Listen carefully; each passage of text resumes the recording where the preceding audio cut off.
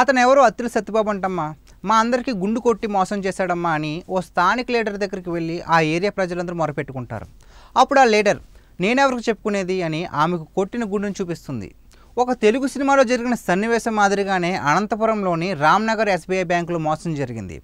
అనంతపురంలోని Ramnagar SBI bank మేనేజర్కు phone call వచ్చింది. నేను ధ్వని హోండా షోరూమ్ ఎండీ కవినాథ్ రెడ్డిని మాట్లాడుతున్నా. బ్యాంక్ మేనేజర్ అంబరేశ్వర స్వామి అని మాట్లాడేది అని.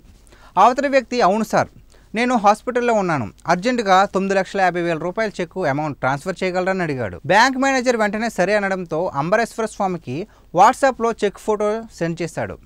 బ్యాంక్ మేనేజర్ 9,50,000 రూపాయలను సైబర్ నేరగాడు చెప్పిన అకౌంట్కు డబ్బు ట్రాన్స్ఫర్ చేశాడు.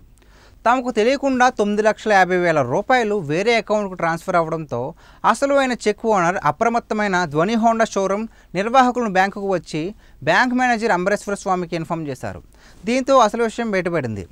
ఫోన్ చేసిన వ్యక్తి ధ్వని హోండా షోరూమ్ ఎండీ కాదని జాదుగడని తెలుసుకున్నారు.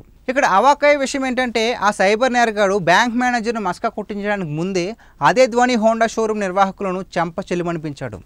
బెంగళూరు నుంచి జొమాటో ఫుడ్ డెలివరీ సంస్థ యజమానిని మాట్లాడుతున్నానని ధ్వని హోండా షోరూమ్కు ఫోన్ చేసి మా సంస్థకు ఫుడ్ డెలివరీ నిమిత్తం 10 ద్విచక్ర వాహనాలు కావాలని, దానికి సంబంధించి లావాదేవీ కొరకు మీ షోరూమ్ లెటర్ హెడ్పై కొటేషన్ లెటర్ కావాలని అడిగాడు. లెటర్ హెడ్తో పాటు క్యాన్సిల్ చెక్ కూడా మెయిల్ చేయమని అడిగాడు. ఒకేసారి 10 బైకులు ఆర్డర్ రావడంతో పంట పండింది అనుకుని ముందు వెనక ఆలోచించకుండా షోరూమ్ నిర్వాహకులు సైబర్ నేరగాడి వలలో ఇరుక్కుపోయారు. వెంటనే ధ్వని హోండా షోరూమ్ లెటర్ హెడ్తో కొటేషన్, అదేవిధంగా క్యాన్సిల్ చెక్ సైబర్ నేరగాడికి మెయిల్ చేశారు. ఇక అసలు మోసం ఇక్కడ మొదలైంది. క్యాన్సిల్ చేసిన చెక్ ఫోటోను మార్ఫింగ్ చేసి అదే చెక్ను ఎస్బీఐ బ్యాంక్ మేనేజర్ అంబరేశ్వర స్వామికి వాట్సాప్ చేశాడు.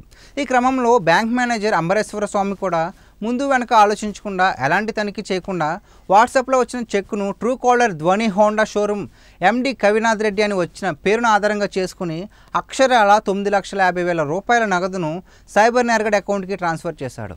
బ్యాంకు వారే చాలా జాగ్రత్తలు చెప్తారు. మీ ఓటీపీ ఎవరికి చెప్పొద్దని, తెలియని ఫోన్ నెంబర్ నుంచి లింక్స్ వస్తే క్లిక్ చేయొద్దు అని. ప్రస్తుతం జరిగే సైబర్ మోసాల గురించి ఆర్బీఐ నుంచి స్థానిక బ్యాంకుల దాకా ప్రచారం చేస్తుంటారు.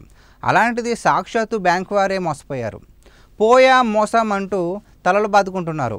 బ్యాంక్ మేనేజర్ నిర్లక్ష్యం కారణంగా అంత డబ్బు సైబర్ నేరగాడు దోచేయడంతో ధ్వని హోండా యాజమాన్యానికి బ్యాంక్ మేనేజర్ అంబరేశ్వర స్వామి 9,50,000 రూపాయలు తిరిగి చెల్లించాడు.